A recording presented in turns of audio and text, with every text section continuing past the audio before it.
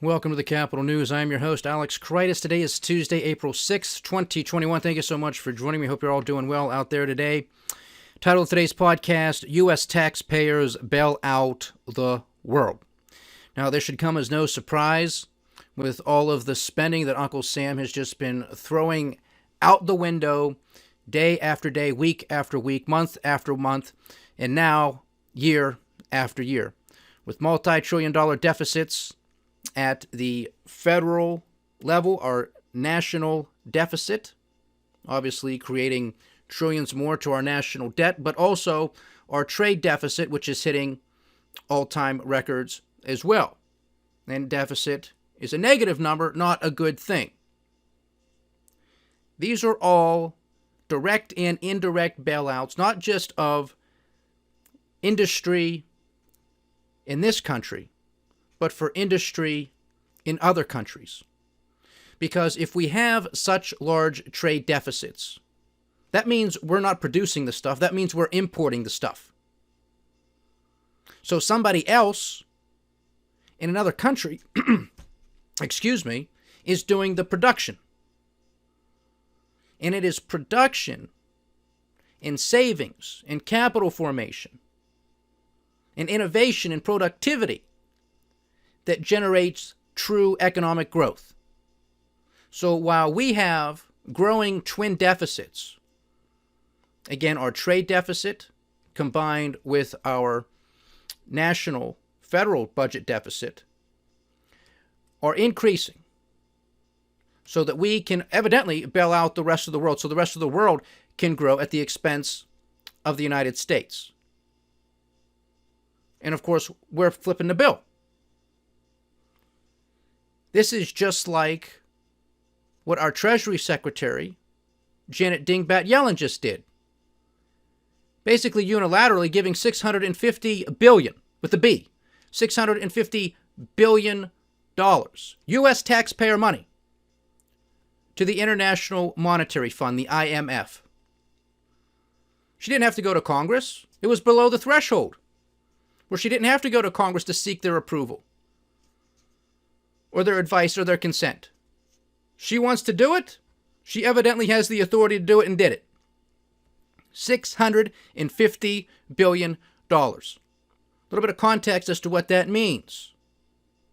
During the Great Financial Crisis, the GFC, we came up with this thing called TARP, the Troubled Asset Relief Program. You remember that?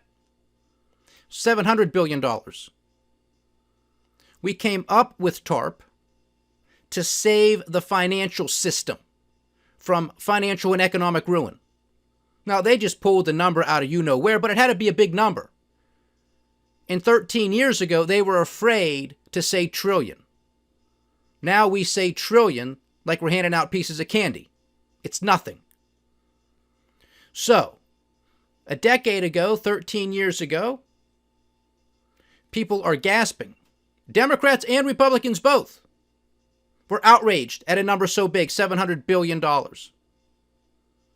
to presumably bail out the financial industry because they were scared to death. They were frightened by the quote-unquote experts in the white lab jackets, the Ben Bernankes of the time, the Treasury Secretary Hank Paulson at the time.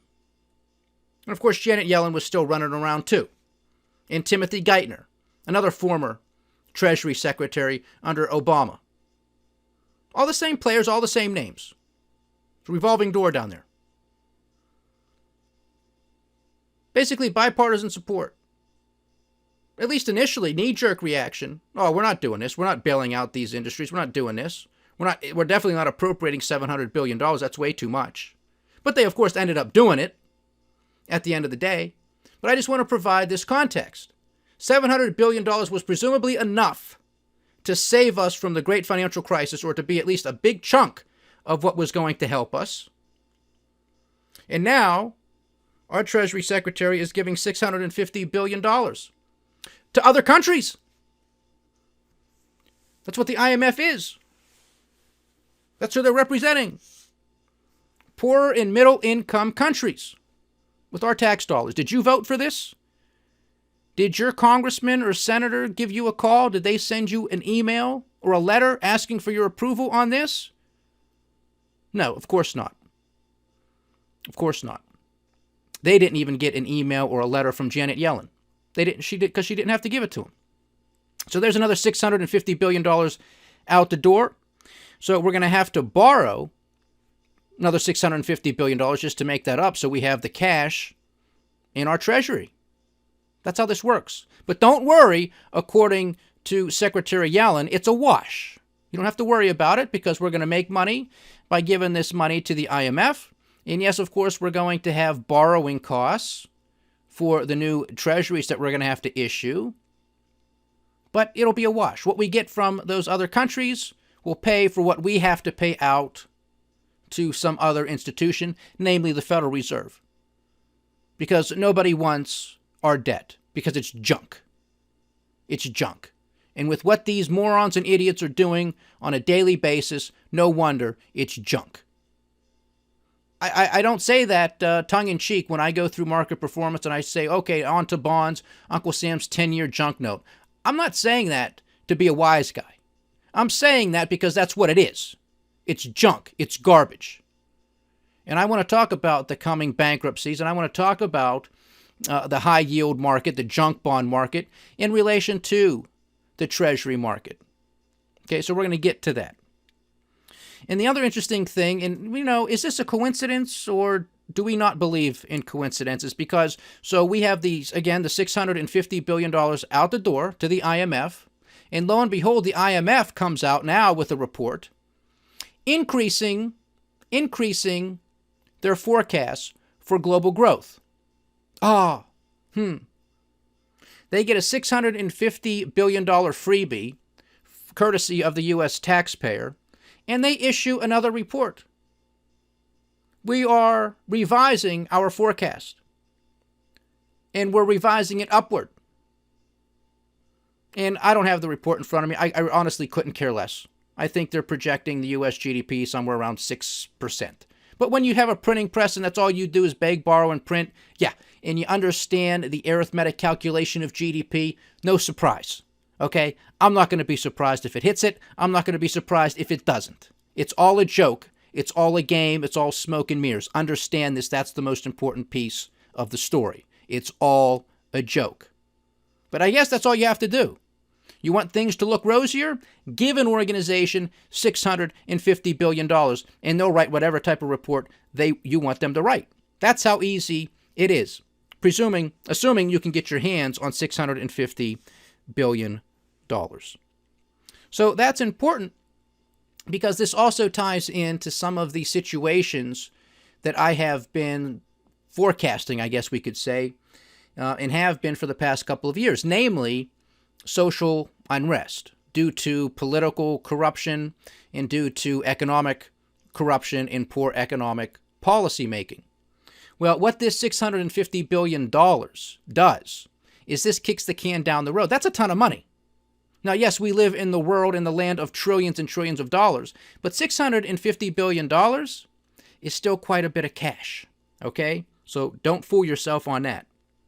Now, obviously, I am still predicting and forecasting global unrest.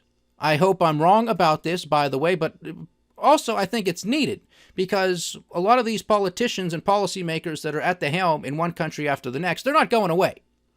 They think they're gods, they think they're saviors, they think they can do no wrong. They're narcissistic, they're sociopathic, they're psychopathic. Spin a globe, put your finger on a country, you probably have that problem. East, west, north, south does not make a difference. Just the varying levels of degree. That's all the difference is going to be.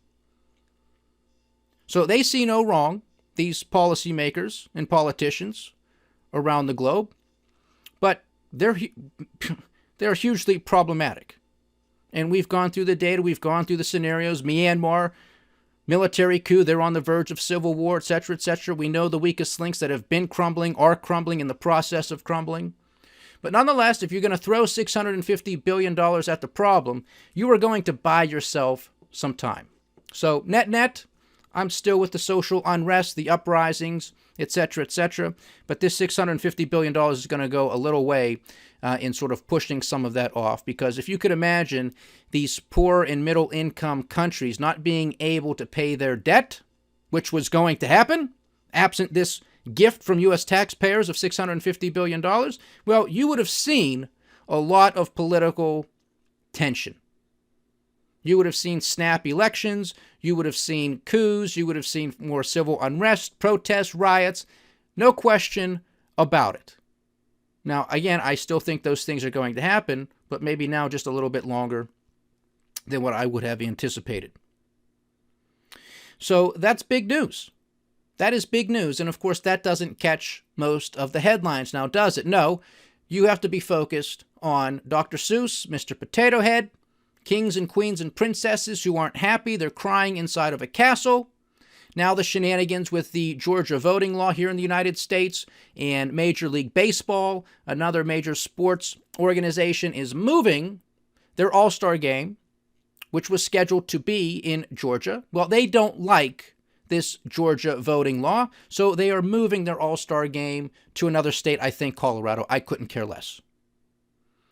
These corporations, these sports agencies, these sports leagues, they better be careful. They're on thin ice, trying to act all quote-unquote woke, feeling like they know everything, feeling like they are supposed to be social justice warriors or whatever the hell that means. They're on thin ice. And this is just going to get worse. This is the merger of corporations and the state, which of course is already in existence, but this is further consolidation, which is what this whole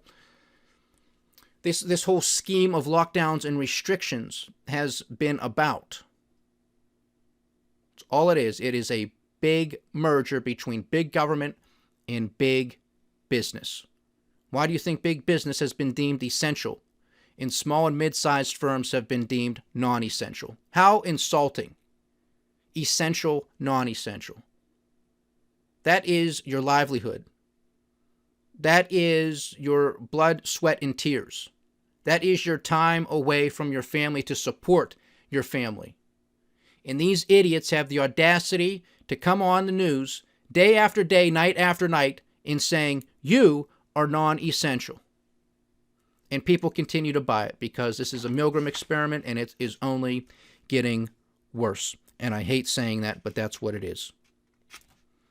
So let's get to some market performance, and we'll start to weave in and out of everything else that I've just mentioned with the IMF, what Joe Biden is talking about, some student debt forgiveness that's making the headlines again, and of course some bankruptcies and all this other crap that we have to contend with on a day-by-day basis. So the dollar index is at 92.32, some further weakness with respect to the dollar.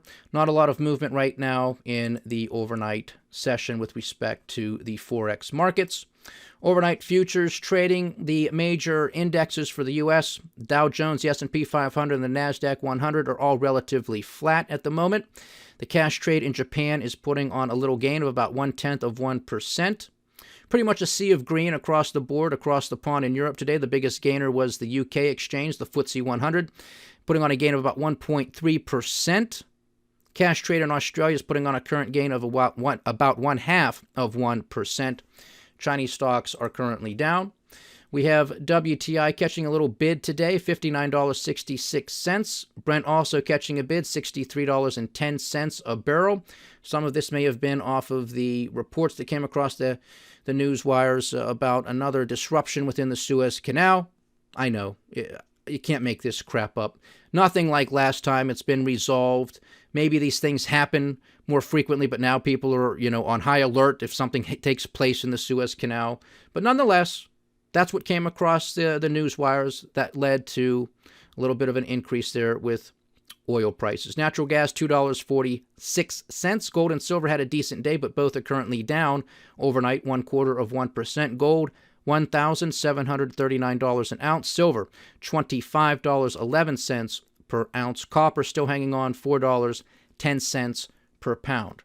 And say it with me, Uncle Sam's 10-year junk note is yielding 1.66%. So there you have it with some market performance. Now, again, getting back to the $650 billion bailout to the IMF to assist those poor and middle-income countries, you have to pay attention, obviously, to the commodity market, because for these poorer nations, that is their lifeblood. They are not well-diversified economies. A lot of programs that exist within those countries that come from the government transfer payments, government subsidies, quote-unquote free stuff that people have grown accustomed to, that is able to be financed because commodity prices are at a certain price that allows these countries to run their budgets so they can, quote-unquote, afford to give people within their countries subsidized rates, quote-unquote free stuff, what have you. And because these countries are typically not well managed, because they are not diversified, they are basically handcuffed. They are hamstrung by whatever the price of a particular commodity might be. Now, generally speaking, that's usually oil or natural gas. It's the energy markets that are really the lifeblood for a lot of these nations. And because they are weaker nations, and because they are poorly managed in most instances, are these prices high enough to justify the current outlays that these countries budget for to take care of their people the best that they can? Or at least to give them stuff to make it appear that they're doing the best that they can. And for most countries, the answer is no. Prices are not at sufficient levels enough to sort of keep a lid on hostilities or any other type of economic or political weakness. So that's why these countries are in dire straits. That's why these countries have just been given a gift, a bailout of $650 billion.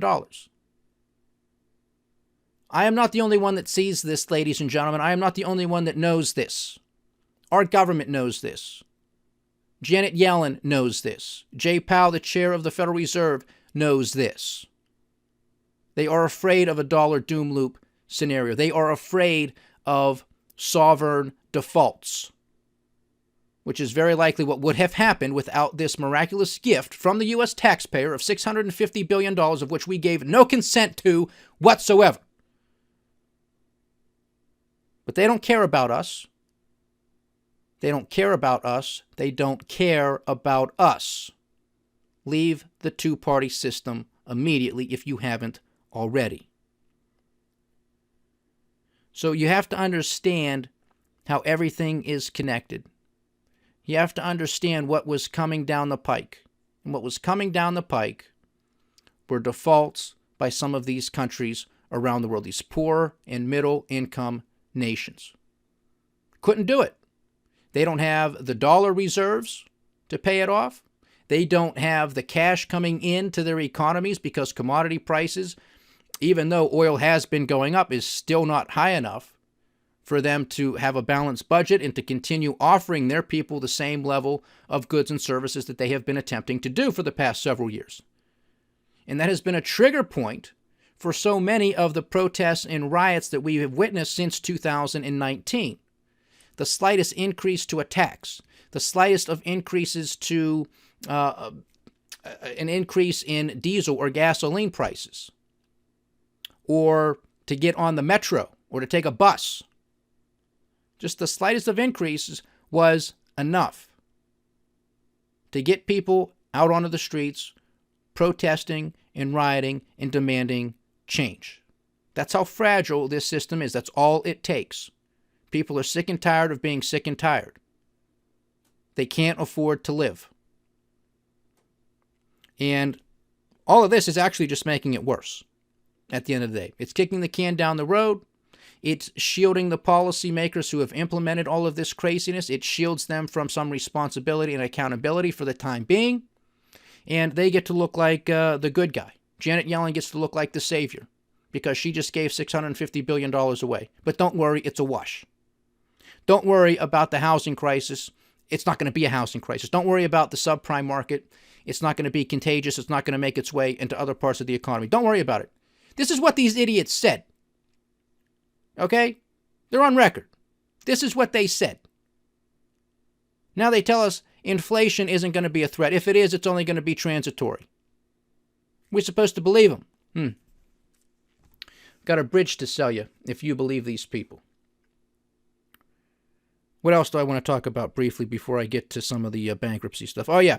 President Biden was out today giving a speech. Of course, it was off the teleprompter. Answered a couple of questions, nothing major, but wanted to talk about an update with COVID-19, the vaccinations. We're above, we're beating our metrics, yada, yada, yada, patting himself on the back, but saying that's the good news. The bad news, however, is we are seeing an increase in new variants. So the virus, of course, is mutating, and so these new strains are becoming of concern. We're seeing an increase in cases, he says, an increase in hospitalizations. Even though we're seeing a decrease in deaths, we're still seeing, again, those increases in cases and hospitalizations in some states, and that, of course, is not a good thing. So this is your Milgram experiment. This is you pushing back and saying, we want to go out. We want the lockdowns and restrictions lifted and removed. We want things to go back to as much normality as possible, even though normality wasn't that normal, wasn't that good. But nonetheless, it's better than being locked up all day. And you got the guy in the white lab coat. This time it's President Biden coming out and saying, no, you can't stop the experiment. We have to keep doing it. And the reason we have to keep doing it is because there are new variants. So you sit down and you crank the dial, you push the button, and you be good little boys and girls. That's all this is. That's all it is. And believe me, they're going to continue to push the vaccines. It's new. They don't have the long-term data on this. So don't be surprised, even if you've taken both shots, that you're going to have to take them again. Because maybe the thing wears off in 6 months. You got to take a flu shot every year. So why is this going to be any different? So just be on the lookout for that. They're going to continue to push for more and more vaccines. And the Prime Minister of Israel, Benjamin Netanyahu, is already making that remark. He's already pushing it. You're going to have to get jabbed again, and again. Okay? So just, hey, you want to trust these people, be my guest. That's your decision. And then lastly, before we get to some of the bankruptcy stuff, student debt forgiveness. So that's back there on some of the headlines. Senate Majority Leader Chuck Schumer, Democrat out of the state of New York, is once again pushing this pretty hard. And he wants student debt to be forgiven up to $50,000. That is an astronomical amount. This is basically my breaking point if they go along with this. Reportedly, President Biden is pushing back on at least the figure of $50,000. Maybe he'll tolerate $10,000 or something like this or that. Chuck Schumer wants to claim that the president has the authority under the Constitution to just wipe this debt away. That's completely ridiculous. Completely ridiculous. I mean, we have student debt that's about $1.7 trillion right now. $1.7 trillion. That's outrageous. It's outrageous. But guess what that'll be? That'll be another bailout via U.S. taxpayers to people who entered into an agreement to take on that debt, to receive an education, to go out and to start a career. Hey, there are risks involved with this, pal. I am not here to bail you out because you didn't understand the terms of the contract. That's not how this works in this country. If somebody's net worth increases by $50,000, my net worth is going to increase by $50,000. And you're more than welcome to get in line with me. Because that's what that means. You wipe somebody's debt away, their net worth goes up by that amount. Very simple. Your assets minus your liabilities, your debts, equals your net worth. You wipe it away, their net worth just went up. Well, guess what? Mine will too. I made sacrifices. I paid off my student loans, as did so many other people in this country. And now they have to bail out those who said, oh, I didn't understand. I can't find a job. I can't do this. I can't do that. Oh, it's just so wrong. They can't do this. I can't get ahead. That's your problem. I don't know what you want me to tell you. That's not how it works in this country. But they'll probably end up doing something. And then the quote-unquote infrastructure bill, I guess the Senate parliamentarian has ruled that the Senate can push parts of it through, through budget reconciliation. So all it's going to take is a simple majority, which if all of the Democrats get in line, then the hyena, the vice president of the United States, can laugh her way up to Capitol Hill and press the final vote to make it 51-50. Now, that assumes that the Democrats can all get on board. Right now, there's a little bit of pushback. This is political jockeying. And if you're a politician, hey, that's what you're going to do. So somebody like Senator Manchin out of West Virginia, which is obviously a pretty conservative Republican state, but nonetheless a Democratic senator, he has some political leverage here. He can say, hey, my constituents aren't going to take too kindly to all of this government spending, but if you give me, meaning my state of West Virginia, a little extra this or a little extra that, maybe they can look the other way for a little bit. That's the game. That's how it works. Now, of course, if the Democrats had a larger majority, then maybe Joe Manchin wouldn't be a problem. There are a couple other Democrats who are right now against the current state of the bill, but nonetheless, they're likely going to come around eventually, and this thing will most likely pass in some form or another, as we have been stating here for months, even before they formally announced it. They are just getting started. Okay? You can argue. You can focus on the circus. You can listen to this talk radio host, that one, this podcast, that news. They are going to pass this. Might be in bits and pieces, but it's coming. Don't kid yourself. On to some of this bankruptcy stuff that we've been talking about. So this is out of Fitch, okay? Fitch Ratings, one of the few major credit rating agencies in the country. Of course, they dropped the ball during the GFC, but I digress. So diverging bankruptcy trends flag SME risk, so small middle enterprises, okay, small medium enterprises. SME bankruptcies are set to rise significantly in 2021 and 2022, but to lower levels than after the global financial crisis. Now, isn't it interesting that the measuring stick that they are using has to be the GFC? So that just tells you how bad things are going to get still.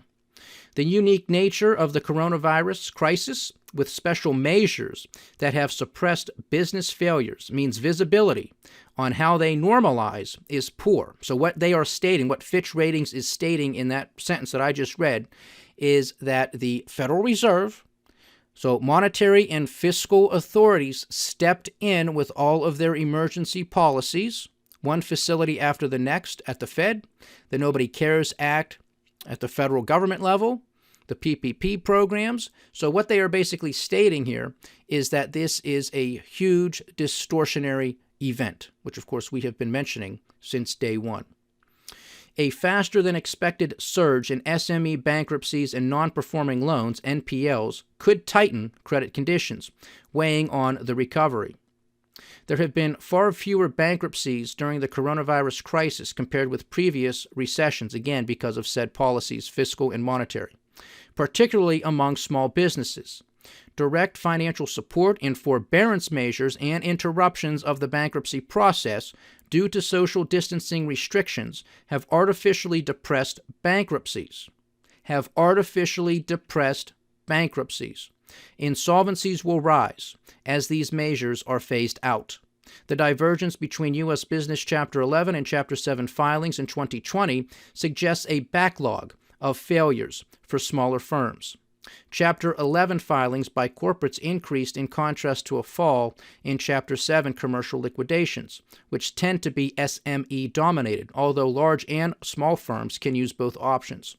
The fall in SME failures in 2020 is at odds with the rise in high-yield bond defaults. I'll repeat, the fall in small SME failures in 2020 is at odds with the rise in high-yield bond defaults. SME bankruptcies will rise, potentially significantly, once restrictions, policy support, and forbearance are scaled back. Do you get it? This is one of the, I have to say, one of the most succinct paragraphs that has been written on this topic. And I am so glad that Fitch, of all business, of all corporations, put this out. This should carry a lot of weight. This is only a week old. This note is only a week old. SME bankruptcies will rise potentially significantly once restrictions and policy support are scaled back or removed. Do you understand why the Federal Reserve wants to continue to pump $120 billion per month into the system via quantitative easing? Do you get it? Do you understand why Yellen is dishing out $650 billion to the rest of the world? Do you get it? Do you understand why Joe Biden and company, and the Trump administration too, were throwing trillions of dollars out the window? Do you get it? They do not want their experiment to blow up in their face. And that is exactly what is supposed to happen. But they do not want to take responsibility. They do not want to be held to account for it. And we have no politician with a spine that stands up and looks these people in the face and calls them to the floor on it. Not a one. Not a Republican, not a Democrat. They love it. They love it. Because that means they don't have to go back to their states, their towns, their districts, and look their constituents in the eye and say, well, you're going to have to tighten your belt buckle. We're going to have to go through some austerity. All of these corporations that we're keeping afloat, yeah, they shouldn't be in business. They're zombies.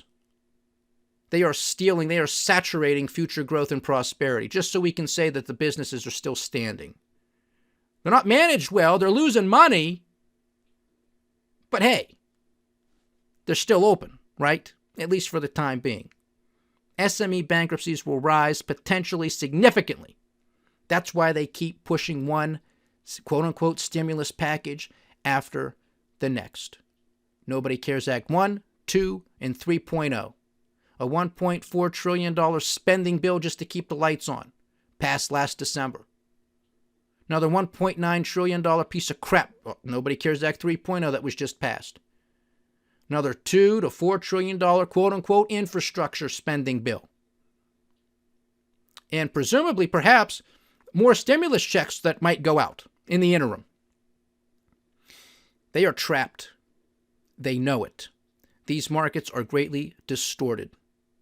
And I'm running a little long here, a little over 30 minutes right now. I like to keep these to 30 minutes, obviously. So I'm going to save some of that other analysis with respect to high yields, where those rates currently are, and the 10-year. I'm going to save that for tomorrow. And I'm also going to bring back some of the jobs report data, too. I mentioned yesterday during the March jobs report podcast, we were going to take a look at some broader jobs data within that report and outside of that report. So maybe we'll just do another data dump for tomorrow's podcast unless something else transpires. But I think that'll be interesting. You're going to see why I have been saying for quite a while that Uncle Sam's 10-year junk note is junk. And we'll compare it to where high yield or junk bonds currently sit. So there you have it, ladies and gentlemen. Pat yourselves on the back. U.S. taxpayers are bailing out the world. Stay diversified, stay vigilant, and stay with the Capital News. I am Alex Koritis. Godspeed.